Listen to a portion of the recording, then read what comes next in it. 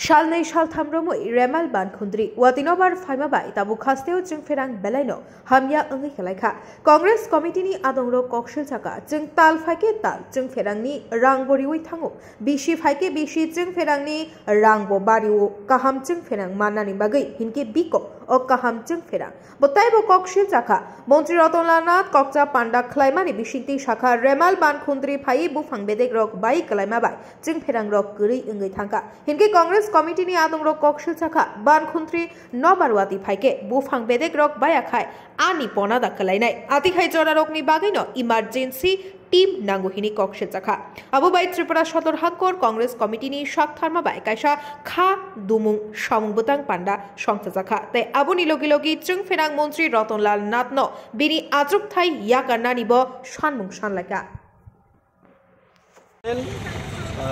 ঘূর্ণিঝড় রেমালের তাণ্ডবে পশ্চিমবঙ্গের উপকূল এলাকা এবং বাংলাদেশের উপকূল এলাকা ইতিমধ্যেই বিপর্যস্ত।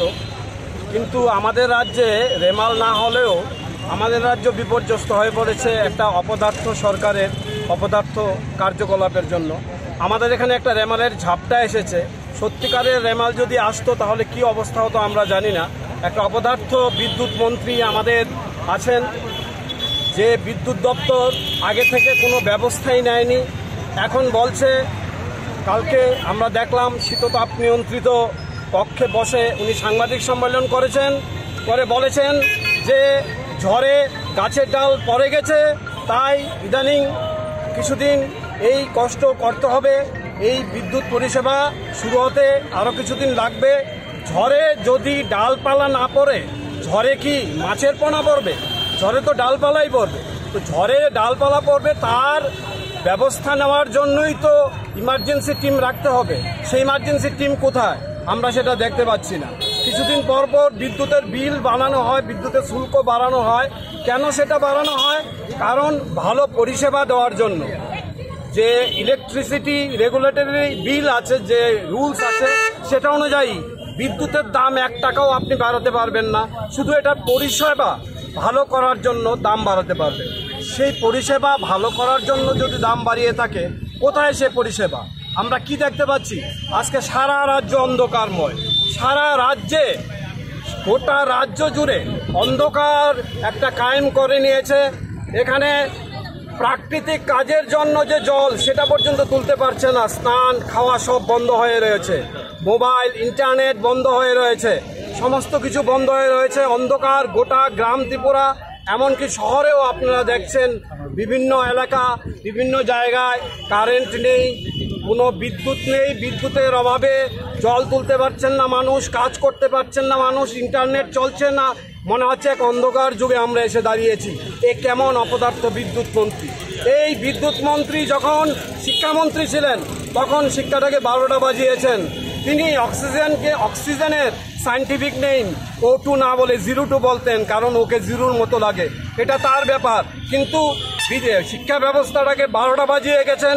বিদ্যাজ্যোতি যে রেজাল্ট আমরা দেখেছি, তারই মস্তিষ্ক প্রসূত এবং তার সঙ্গে কিছু আমলা যোগ হয়ে তার বিরুদ্ধে অনেক করাপশনের অভিযোগ আছে। পাশাপাশি এবার আমরা দেখলাম উনি বিদ্যুৎ মন্ত্রী হয়ে সম্পূর্ণ ব্যর্থ একজন মন্ত্রী, কোনো কিছুই সামলাতে পারছেন না। দুদিন পরে পরে তিনি শুধু বলছেন যে কিছু ঠিক করে নেবেন, সব কিছু ঠিক করে নেবেন। আমরা জানতে চাই, কবে উনি পদত্যাগ করবেন?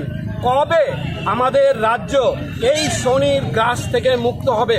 আমরা প্রদেশ কংগ্রেসের তরফ থেকে, প্রদেশ কংগ্রেসের প্রতিটি শাখা সংগঠনের তরফ থেকে দাবি করছি, আজকের মধ্যেই উনি পদত্যাগ করুন, নতুবা আমরা এক বৃহত্তর আন্দোলনে যাব। একটা ভালো মেসেজ দিন, কারণ আপনি ইতিমধ্যেই সবার কাছে একজন অপদার্থ, এমনকি আমাদের নেতৃত্ব বলেছেন একজন সাইকো নেতা, সাইকো মন্ত্রী হিসাবে আপনি চিহ্নিত হয়ে গেছেন। আপনি জিপ গাড়ির পেছনে দাঁড়িয়ে নাচতে পারেন, বাইকের পেছনে দাঁড়িয়ে নাচতে পারেন, অথচ বিদ্যুৎ মন্ত্রী হিসাবে কি করণীয় সেটা আপনি কিছু করতে পারেন না।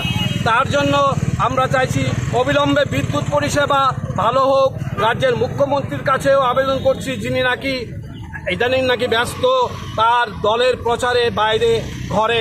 আমরা চাই আমাদের রাজ্যটা আবার সেই স্বর্ণময় রাজ্যে ফিরে আসুক, যেটা আমরা 4 তারিখের রেজাল্টেই আশা করি দেখতে পাবো একটা সুদিন আসছে এবং সেই কথা বলে ওনার পদত্যাগ চেয়ে অবিলম্বে পদত্যাগ চেয়ে আমরা এক বিক্ষোভ মিছিলে সামিল হয়েছি। আশা করি রাজ্যের সমস্ত জনগণ আমাদের সমর্থন জানাবেন এবং আমাদের সঙ্গ দেবেন।